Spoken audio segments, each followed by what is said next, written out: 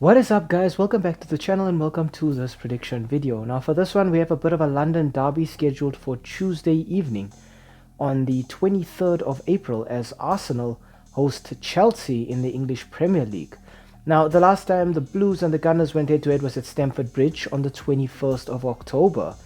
Arsenal obviously still competing for the league at the time, but at the end of the day it was the home side, the Blues, who opened the scoring in the 15th minute after it was adjudged that one of the Arsenal players had handled the ball inside the box, and Cole Palmer makes absolutely no mistake from the spot.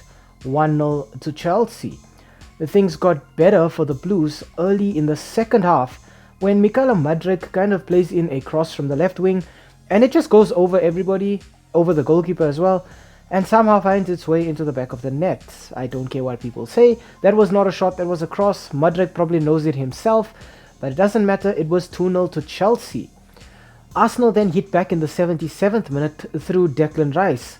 Chelsea tried to play the ball out from the back through their goalkeeper via their defense, and somehow the ball is just loose. It was kind of like an aimless pass, and Declan Rice just runs onto it and blasts the ball from range into the empty net.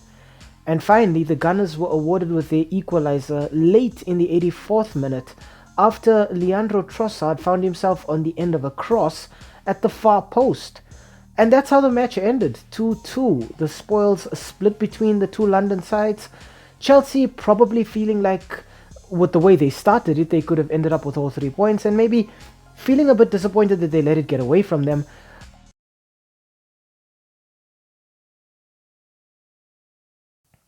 We start off our team analysis with Arsenal. The last 5 fixtures for the Gunners have ended in 2 wins, 1 draw and 2 losses. Their last match was a 2-0 win at Wolves this weekend in the Premier League. In these last 5, Arsenal have scored 7 and conceded 5. They have kept 2 clean sheets though, so that is a massive plus. I think still the most important player at the Emirates this season is Martin Odegaard. He's the man through which Arsenal try to mount all of their attacking plays, whether it's via counter or via possession. But we know that with 11 goals and 7 assists, Martin Odegaard is also capable of scoring goals when it's necessary. We've seen him score some gorgeous goals. He actually scored one of those goals against Wolves. So he comes into this one with a fair degree of good form and an aura of kind of positivity about him. Next up, I want to talk Bukayo Saka with 18 goals and 13 assists. Bukayo Saka has got so much pace in him that it is so difficult for defenders to deal with him out wide. I think, however, teams have started to realize that if they keep Bukayo Saka out wide and hugging the touchline, he struggles to affect the game in the center. So that's how teams have lately been defending him. But I think still Bukayo Saka is the kind of player who in a split second can switch from defense to offense and just punish you in a matter of moments. And finally, I want to talk Declan Rice with 6 goals and 7 assists. Arsenal really needed a player to keep their midfield solid last season. It was why they kept falling short. And in Declan Rice, they finally found that kind of player. I think it is unfortunate that maybe Arsenal were dumped out of the Champions League in a match that they felt they should have been able to win. But I think Arsenal got as far as they did in the Champions League this season simply because of a player like Declan Rice. Somebody who I feel just exudes confidence, but also consistency. With Declan Rice, you don't particularly see a game where he plays badly.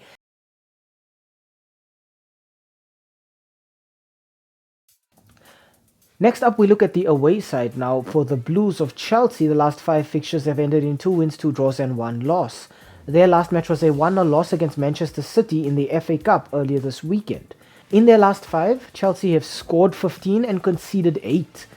Obviously, the standout player for Chelsea this season has got to be Cole Palmer with 23 goals and 13 assists.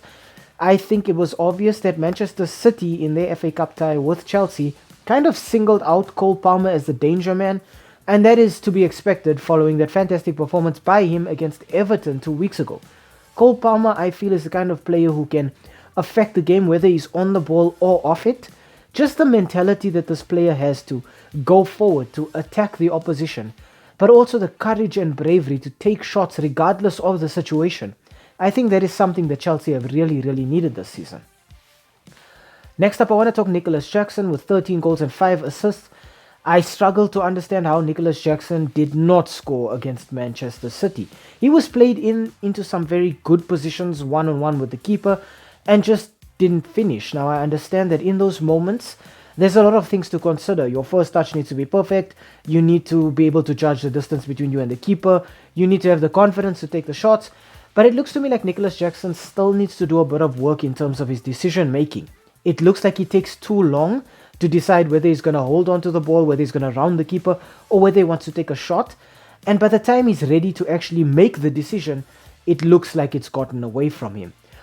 And finally, I want to talk Thiago Silva with 4 goals. I think Thiago Silva brings something different to Chelsea in terms of his mentality and his impact off the pitch. Chelsea have needed a leader lately. They really seem like a team who lacks somebody to just push everybody, get them to perform at their best, and that is what Thiago Silva brings. 4 goals, mostly from set pieces, shows that he also has the ability to affect the game from dead ball opportunities, but it is definitely those leadership qualities that I'm looking at when I talk about Thiago Silva.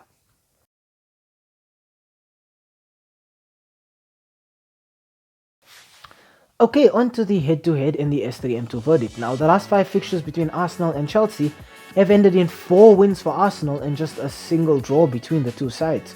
So already we can see that history heavily favors Arsenal in recent years. In these last 5 fixtures between the two, Arsenal have scored 14 goals, while Chelsea have just scored 5. It makes things even worse when you think about the fact that Chelsea have not managed to keep a clean sheet against Arsenal in these last 5 matches. So already, we can see that the Gunners know how to get goals against Chelsea, and Chelsea struggle to deal with them. To make matters worse for the Blues, they've only been able to keep 1 clean sheet in their last 5 matches. They've conceded 3 against Manchester United, and then conceding 1 against Manchester City, I would not say flatters Chelsea, but I think it could have been much worse. So against Manchester City, even though they lost, I would say they did an okay job.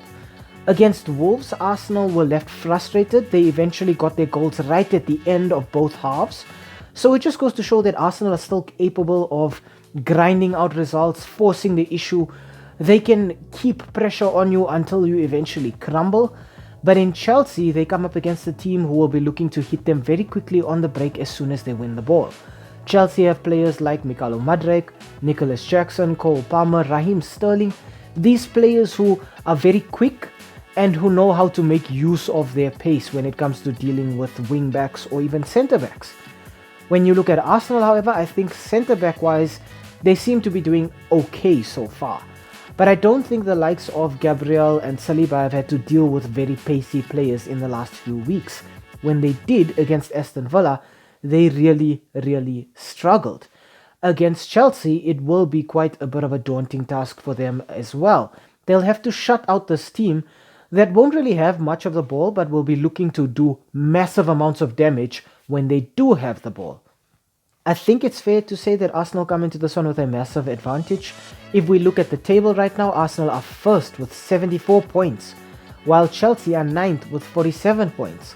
So I think it's safe to say that for Chelsea, the European dream for this season is effectively over. I think the Blues will continue to try and chase down maybe 7th or even 6th spot, but I don't think they're going to have any success in that department. I think the match against Manchester City was Chelsea's last chance of getting some silverware this season, but I think they had a very good run in the FA Cup this season. I think they did not shame themselves in any way with that performance, but I do think there's still aspects that they need to improve on. Their finishing is obviously the first issue that Chelsea will have. Secondly, I think in midfield they still don't have a player who can orchestrate things. They have the likes of Enzo Fernandez and Conor Gallagher, but I don't think these players are there yet. I think these players will eventually get there. But I think Chelsea just need a kind of playmaker who can really just influence the game from deeper in, but still be able to cover for them. I think Jorginho was the perfect player, and unfortunately for them, he's jumped ship and now joined Arsenal. So Arsenal's gain has been Chelsea's massive loss in this one. I think Arsenal will be looking to keep the pressure up on Manchester City in terms of the Premier League race. Remember, City would have played in the Premier League this weekend, but they had that FA Cup fixture, and as a result, Arsenal now find themselves at the top. But City still have a game in hand. I think these good performances for Chelsea in the last few weeks bode very well in terms of the future at the Blues. Stamford Bridge could once again become a place where teams are afraid to come, where teams feel as though they are coming to a stadium where they need to limit damage, as opposed to trying to win outright, where they would feel intimidated by both the squad and the crowd. But I think it still needs a bit of time. I think Pochettino has work to do. I think he understands what he needs to do. He's quelling fires and extinguishing blazes all over the show in terms of locker room issues. But I think so far so good for Chelsea. However, in this one, I think knowing they're playing at the Emirates, knowing it's against this Arsenal team that is just looking fantastic and that finally has a reason to play for the Premier League trophy. They have not been this close in many, many years. I think Chelsea don't get anything here. I think Arsenal come out as winners here. I think the Gunners, just with this flexible game plan they have where they can keep the ball and move it around, or where they have enough pace to hit you on the counter attack, where they can score from open play or from set pieces. I think Arsenal are looking dangerous at all times. Mikel Arteta has managed to inspire his squad. He's managed to motivate them to all want more. And despite the fact that the squad is so young, you can see they want more. I think the final score here will end up being Arsenal 2, Chelsea 0.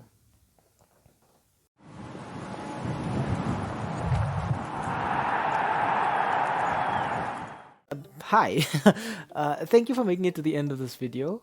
We really appreciate the watch time and the fact that you took some time out of your day to spend it with us talking about the sport that we all love.